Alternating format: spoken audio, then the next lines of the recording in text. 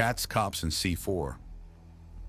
You're normally in and out of this room in 10 or less, a voice says behind him, and Shank turns around to see the chief of police there. The door's always quieter on this side. That old computer hums pretty loudly. I see, he says before turning back to the screen.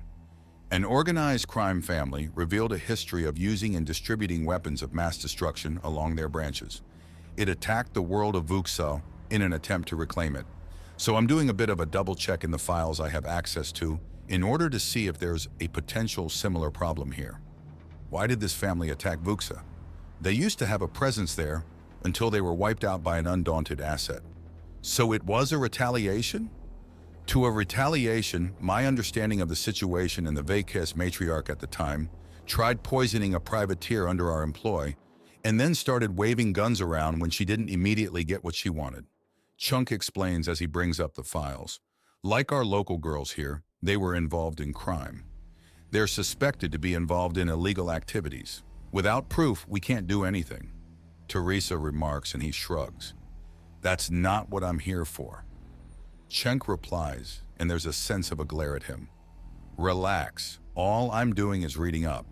I'll only act on information if I have just cause Chief Bowman. But being up to date on a potential massive threat is just wise. I agree, although I am very curious as to what the Vakes unleashed. Most of it is classified fairly heavily, but basic descriptions are allowed, Chunk says as he starts to look past the screens and to the few recordings he had gotten of the madness. They have some kind of reserve combatant that implements brutal tactics. A synthetic enemy called Mother Massacre. She's not made of anything too unique. The average undaunted body prosthetic has more restricted components. But she's very well made, and the mind in control started out as a complete sociopath and grew only more dangerous before being digitized. What are her tactics? She distracts, blitzes strong targets that show up, and the whole while is building her real first blow. We've taken to calling it a hate engine. A massive device that broadcasts an axiom wave that induces violent madness in everyone in its range. His tone is clinical, clear and unwavering. Sweet goddess, it's no better for humans. We have some level of protection, but it turns unreasoning and unquenchable aggression into nightmarish hallucinations, and it clearly induces brain hemorrhages as all humans affected by the engine, fully grown soldier or the young. Not even a toddler, children of them, all bled profusely out the nose. Chunk says in the same even tone, and a hand finds its way to his shoulder. We'll be on the lookout, but you can't arrest or persecute on maybes or suspicions. I know, I just want to be ready. How do you get ready for a world going mad? Chief Bowman asks. That's the billion credit question, Chunk says before running a hand through his hair. From my understanding, an attempt to create a potential countersignal has been dismissed already. It's too easy to remake that into another hate engine, so a way to track it and shut it down instead. A way to block it. Or hell, even a specialized missile that homes in on the source of the signal. I don't know what the answer is. Not your place. Not now, but I'm undaunted. I need to be better. One person protecting a whole world isn't so much a person as a thing. Even primals get exhausted, and they're outright worshipped as gods in some parts of the galaxy. Doesn't Marigold worship the primals? Chunk asks, remembering the very confusing conversation and grilling he'd gotten from the Nagasha woman as she demanded to know what he knew about the daughter of lost dreams and the first great moth. She's still a little upset at you. Teresa warns him, and he gives her a baffled look. I told her that I know very little and stuck to it. How is it my fault that something that mostly caught her off guard caught me off guard as well? She thinks that with so few humans bouncing around the galaxy, it should be easy to keep track of you all. She's more angry at herself for not being able to. Oh, that explains why she keeps flipping the corkboard to that specific side when I'm in her office. You noticed? Hard not to when I caught her slithering away from it at the last moment more than once, Chink says. Still, I think I should wrap up. There's nothing here that isn't expected beyond confirming that Vakes are here on Centris, and their nearest relations are on Zalwar. If I hear about sudden attacks on the Vakes without provocation, I will be very disappointed in you. maybe some stalking accusations, but it won't go further unless something is found. Cenk notes, stalking. Boyo, a big burly man watching a woman from the bushes isn't stalking. It's time to strut your stuff. Teresa tells him and he goes cross-eyed for a moment. The horny clouds everything in this galaxy. He mutters and she cackles in a barking manner. It does. That it does. Now, is there anything else you're looking up? Not at the moment, but it has given me some good names to go on. The oldest Vikes here was born as another family, and that's a name to kick up the ladder. Balasior, Chunk remarks as he pulls out his communicator and pauses. Unless this is restricted.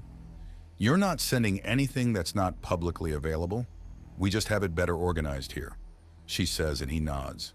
Thank you, he replies and quickly types a few things in to expand their search to the Balasior family that the Vikes may be a branch of.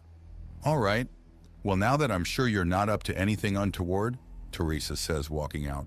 Excellent, now I can start the actually corrupt stuff.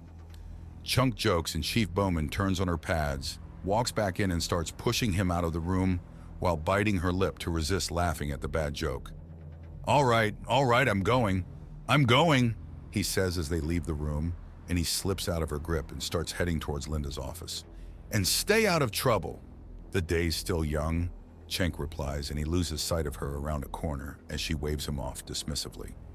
A few twisting corridors, a dodge around a very frazzled-looking Drin with 4 separate arms holding different bundles of piping and wires, and she's around the corner before he can say anything. The hell broke that needs that kind of attention? He just enters Linda's office to find Vera already bouncing in anticipation, and Linda putting a communicator back into her pocket. Good, you're here. We have a crime scene. Time to go. Find what you were looking for? Vera asks as she follows Linda and Chunk out. Yep, we've got another group to look at, Cenk confirms as they rush through the station in towards Linda's patrol car. By the way, what are we looking at? What's happened? Homicide or some naasanes tea? Linda answers and Cenk nods even as they take off and start moving. This one's at a fairly well-off part of the spire and has a lot of people nervous. Unfortunately, the scene seems to have been tainted at least partially, as the victim had a cleaning drone on a timer. It was never intended to clean part of their destroyed body, but it's done so anyways. We're going out to look around and secure the location while a proper team gets together and starts examining things. Sounds easy enough. What's the catch? None I'm aware of, but keep an open mind, Linda states. What do we know about the homicide? Cenk asks. Half the body is missing, apparently burnt to ash and plasma. Apparently. Most of the ash has been cleaned by the drone. Hopefully they have the sense to turn it off. Cenk replies, I doubt it. Linda states as she starts the final approach to the area. There's already a police cordon as a single officer is there keeping crowds of people away from the townhouse. Cenk's head is on a swivel as he looks around. There's a lack of obvious damage on the outside of the building, and anything that might have been on the sidewalk has been trampled into uselessness by this point. He moves his jacket lapel to show off his deputy badge and is allowed through the hollow cordon. Linda goes immediately to the officer for more information, and Cenk walks up to the partially opened door. He keeps his hands in his pocket as he leans partway into the building and scans the place. There's the corpse, a snicked woman who's gone from the waist down and a huge burn mark just where her legs should be. That twigs him as something odd, especially with how much she's bled after apparently being bisected by plasma. What's it look like? Vera asks. Suspicious as all hell, he says, nudging the door open so he can step into the room. He spots the drone, thankfully deactivated, in a corner and steps close before crouching down near the victim.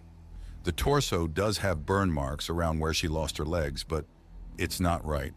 There's not enough hint of heat, not to mention the body is in the wrong place, but shows no signs of being moved. What do you see? Beyond a mess, I mean. Vera prompts him, and he slowly stands. The crime scene has already been tampered with. The killer tried to cover their tracks with plasma, but the burn is in the wrong place. If the victim's legs were just dissolved in a plasma blast, she would have fallen into the burn. She would only end up next to the burn marking if the burn was off-center. No, she was killed, then plasma took away half her body. You sure? Not completely, but that's what I can decipher best I'm able. Can you smell anything? Blood, plasma burn. Something's going stale in a nearby room. Smells like meats and fruit. The plasma and blood are overpowering pretty much everything. There's a small breeze from the back, bringing in the smell of the food, though. Vera answers as she steps around things and glances into the back. Sausages and fruits, I called it. Cenk follows her and looks in. It looks nibbled at. So our victim was interrupted partway through a meal and went to the front door, maybe? Then someone killed her? Looks like. Killed them one way, then dressed it up to look like they were killed another way? Yes. But not hiding that she's been killed. Yep. We're missing something. Vera says and Chunk nods. Yes, we are. Nantum. Chunk says and they start to leave. Let's get the professional finders to pick through things and give their professional opinion on all this. Then we'll start comparing theories and seeing what shakes out. What's it like in there? I need to make my own scan. Linda says. I don't want to taint your opinion with my own. It's something that needs some brainpower, though, Cenk says, and Linda nods as Cenk goes to keep the curious crowd away alongside the officer and Vera. Vera's perhaps a little too enthusiastic, but she doesn't hurt anyone. Linda reemerges from the crime scene minutes later. Someone tried to cover up, she says, and Cenk nods. Exactly. So the question is, what was the actual method and why the partial cover-up? He asks and she nods. Good questions. Better one. When's the team going to get here? Soon. They're coming, Vera states before waving at the figure riding the vehicle like a surfboard. Hey, Melan. Good to see you. Want a brawl? Not now. Definitely not now. Linda says even as the figure of Melan launches herself from the vehicle and gracefully tumbles through the air to land lightly. Perhaps later, Vera.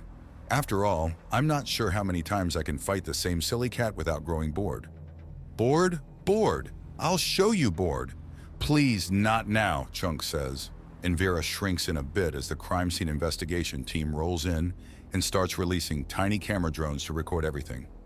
We can have our fights later, but right now there are delicate things that need to be stepped carefully around.